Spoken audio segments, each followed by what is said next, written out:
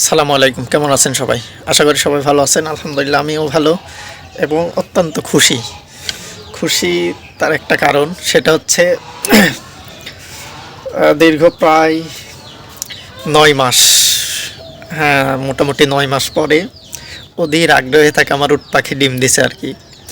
উট পাখি বলতেছে কি জন্যে, দেখেন আগে এটা, এই দেখেন আমার সেই কাঙ্ক্ষিত উট পাখির ডিম। এই দেখেন কাঙ্ক্ষিত আমার সেই উট পাখি 2টা ডিম পারছে মাত্র। এই যে 2টা ডিম পারছে, আরও পারবে ইনশাল্লাহ আশা করছি।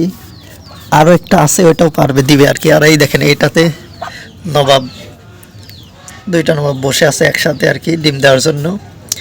তবে এবার একটা জিনিস আমি ট্রাই করব নিজে প্র্যাকটিক্যালি, কারণ সবাই বলে, অনেকেই বলে আর কি আমাদের গ্রামের মানুষ, যে এই রাজহাঁসের বাচ্চা নাকি মানে ডিম যেখানে পারে ওখানে না বসাইলে বাচ্চা ওঠে না, বা ডিম হাত দিয়ে লাড়লে নাকি বাচ্চা দেয় না। এই জিনিসটা আমি নিজে প্র্যাকটিক্যালি এবার প্রমাণিত হব যে আসলে কি করে এরা। তো সবাই ভালো থাকবেন, সুস্থ থাকবেন। আসসালামু আলাইকুম।